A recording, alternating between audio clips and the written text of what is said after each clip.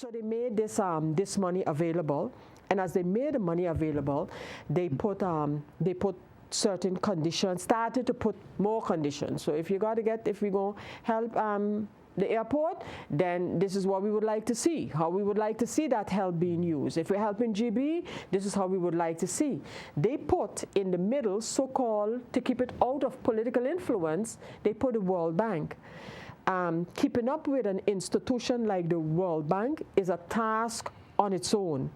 It took us some time before we could have created an organization to deal with this whole reconstruction and the trust fund. That was finally put in place. We have a local in charge of that bureau, Mr. Connor, but it took a while. And while that was taking place and not yet structured, you had the one on the behalf of the Dutch government taking the lead, State Secretary, who is responsible for Kingdom relations, Mr. Knops, and then on this side, you had our Prime Minister responsible for the reconstruction. And what you see, and that's the kind of image that you mentioned, these are the ones you see kind of pulling this whole matter.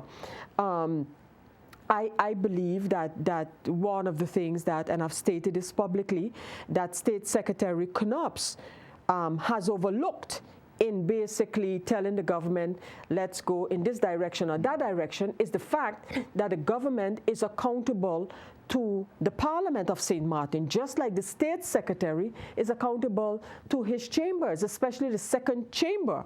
And, oftentimes you hear him making demands, I have to call them that, on the government and telling them, well, this law, you got to make sure that this law is passed before such and such a date.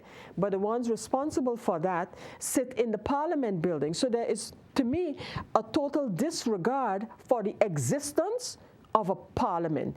Now those 15 persons in there today, including myself, whatever side you are on or faction you are for, fact is that together those 15 are the representatives of the people of St. Maarten.